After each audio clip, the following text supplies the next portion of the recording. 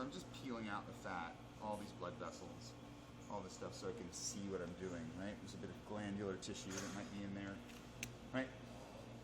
So now I have a much better view of what I'm doing, and what I'm looking at right now is the pubic bone. I've got a large muscle here, and remember when we cut the round of beef, this top muscle is what we started with, and this is the top round, right? So on lamb it's called the same thing, top round.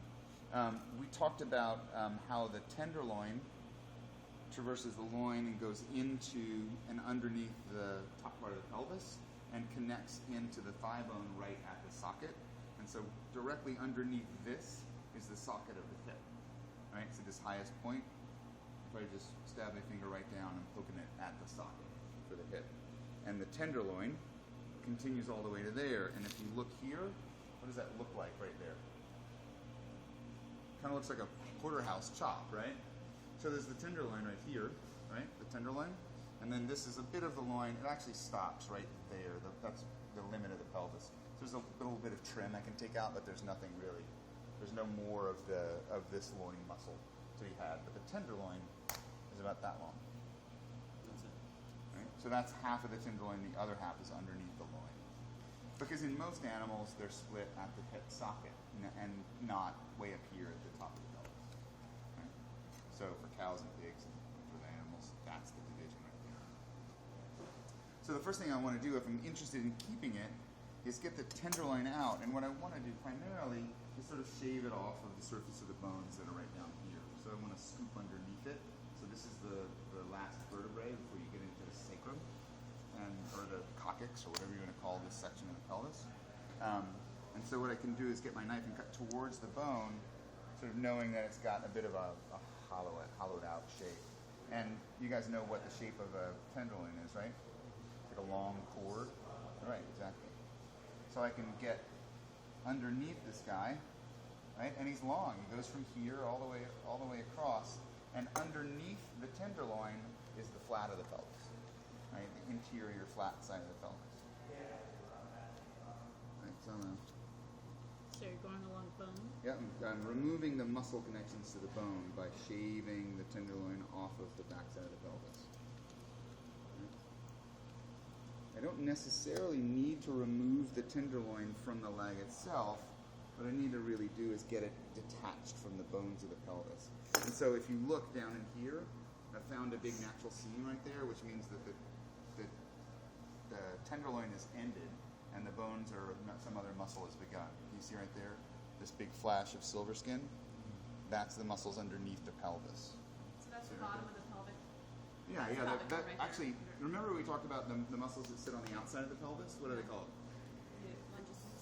Yeah, well, your gluteus muscles, right? And what do we call that in a cow? No. Round.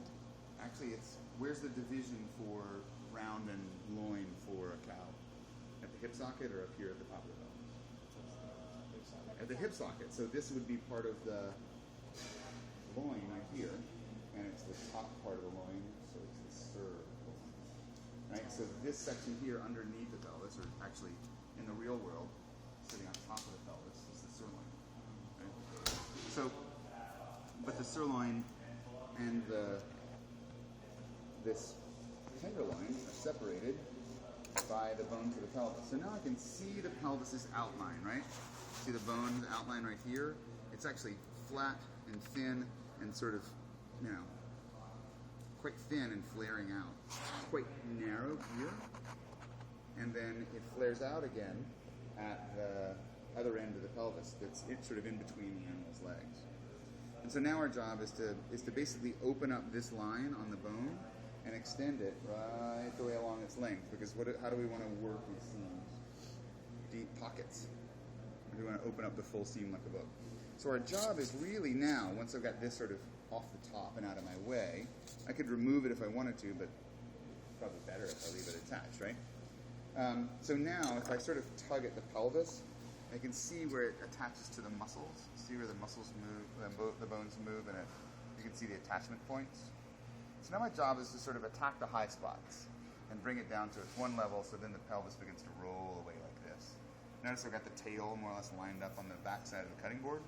And so I'm going to use this as sort of a hooking point, and then I'm going to cut the meat away from the bone, right? And I'm going to start just right here. So I'm trying to sort of break where the muscle attaches to the bones, right? So I'm opening it up, and then I'm going to try to get this line that I'm making here to meet this line down here, right? So if I poke at this muscle here, you can kind of see the muscles underneath the whole flat of the pelvis here bulge, right? When I push there.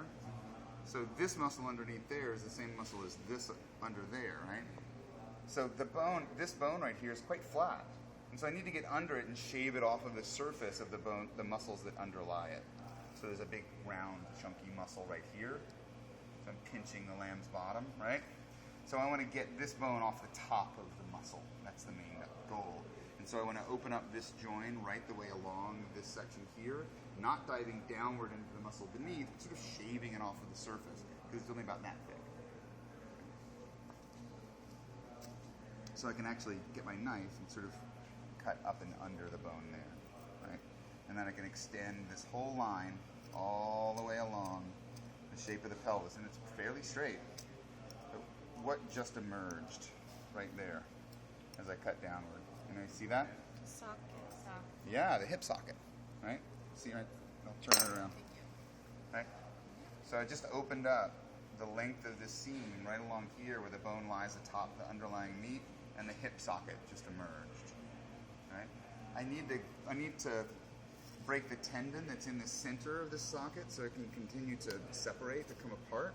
So I'm just stabbing my knife right into the hollow of the socket and sort of cutting through the tendon. And you can see its end right there now loose. See the little tag of the tendon? What's that tendon called, doctor? It's got like in the middle of a joint, there's a tendon that connects the two. Whatever. May not be it. It's a sort of tendon an osteopath would probably know the name to, but Well, you can think more of them in the knee where you have your anterior cruciate and right, yeah, posterior exactly. cruciate ligaments that keep your knee stable. Right.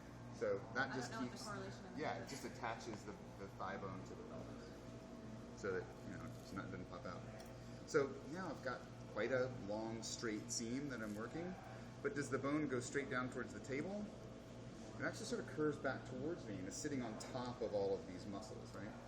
So I need to sort of pull at it to open it up, poke gently at it to find where the bone ends and the muscles begin, and then get onto and under it, right? So I'm cutting against the bone. The tip of my knife should always be in contact with the bone here, right? So I'm cutting the muscles off the backside there. There's a bursa, meniscus that surrounds the joint here. There's a sort of a tough set of sinew that just encircles the joint, and I can sort of open that a little bit more. So now it's actually open enough for me to stick my finger in, and I can use that as like a hook, a handle, if I want to. Right? So I can continue to sort of broaden and deepen the gap, so it's the full length of this. And look at me, right? See the tip of my knife? It's in stabbing motion. And I've got the knife tip hard against the bone. I'm not wandering around in here hoping to find a bone. I'm keeping my knife in contact with the bone all the time. Right? Scratch, scratch, scratch. Get the muscles detached from the bone. But how low do you want to go? I think Right? I'm just using the first quarter inch of the knife. Right? So it's kind of exploratory.